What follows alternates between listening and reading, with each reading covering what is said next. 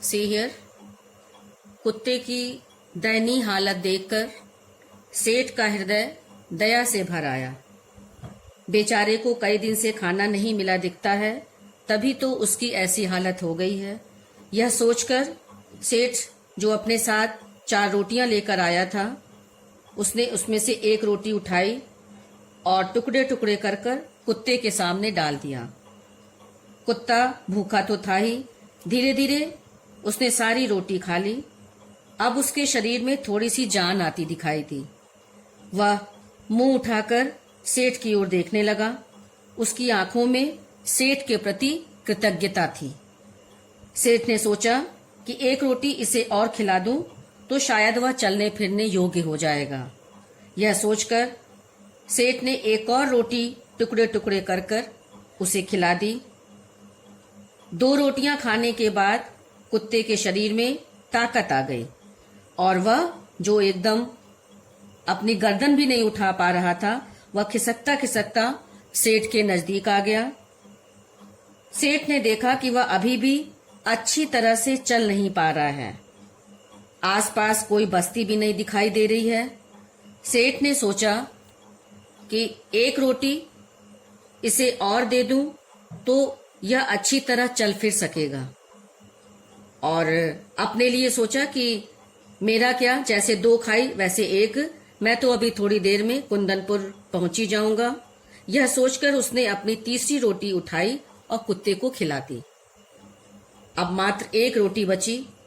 उसे लेकर वह स्वयं खाने ही वाला था कि उसने देखा कि कुत्ते की आंखें अभी भी उन बची हुई रोटियों की ओर जमी हैं और उसकी आंखों में करुण याचना है, जैसे मानो वह निवेदन कर रहा है बाकी रोटी के लिए भी। सहसा सेठ के मुंह से निकला कि बेचारा न जाने कितने दिनों से भूखा है, और अपने लिए उसने पुनः सोचा कि मेरा काम तो पानी से भी चल सकता है। इस बेचारे मूक और बेबस जीव को एक और रोटी अगर मिल जाए तो निश्चय ही इसमें इतनी ताकत आ जाएगी कि वह किसी बस्ती तक पहुंच सकेगा। यह सोचकर सेठ ने अंतिम रोटी भी कुत्ते को खिला दी और स्वयं 1 लोटा जल पीकर थोड़ा विश्राम करके कुंदनपुर की ओर प्रस्थान कर दिया। इस प्रकार उस सेठ ने अपनी कर्तव्य निष्ठा, अपनी मानवता उस बेबस कुत्ते के प्रति दिखाई। कुंदनपुर पहुंचकर सेठ ने धन्ना सेठ को अपने आने का कारण बताया, तो धन्ना सेठ की पत्नी ने उससे यज्ञ बेचने का आग्रह किया। और वह भी कौन सा यज्ञ?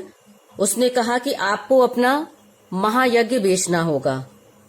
महायज्ञ की बात सुनकर सेठ को बहुत आश्चर्य हुआ, क्योंकि उसे लगा कि उसने तो बहुत दिनों से कोई महायज्ञ किया ही नहीं है, तो किस महायज्ञ की बात ये कर रही हैं।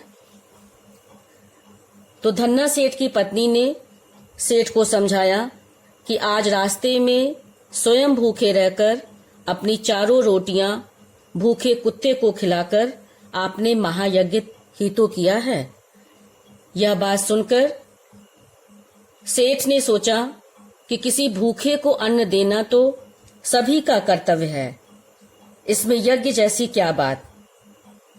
और यह सोचकर उसने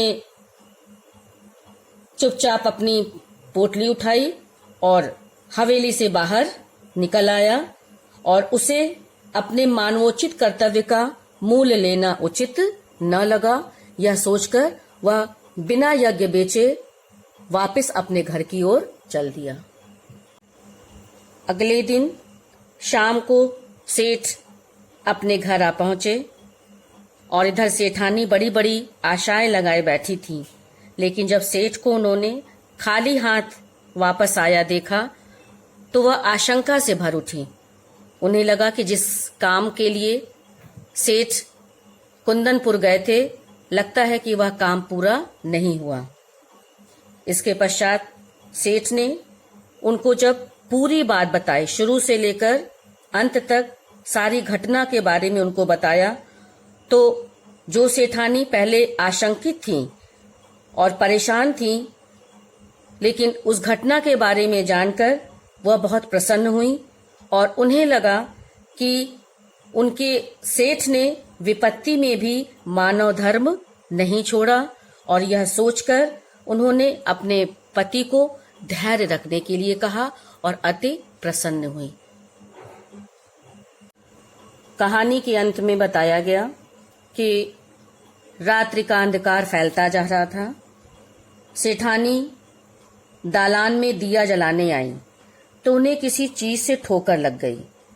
उन्होंने नीचे की ओर अपनी निगाह डाली तो देखा दहलीज के सहारे एक पत्थर ऊंचा हो गया है, जिसके बीचों बीच लोहे का कुंदा लगा है।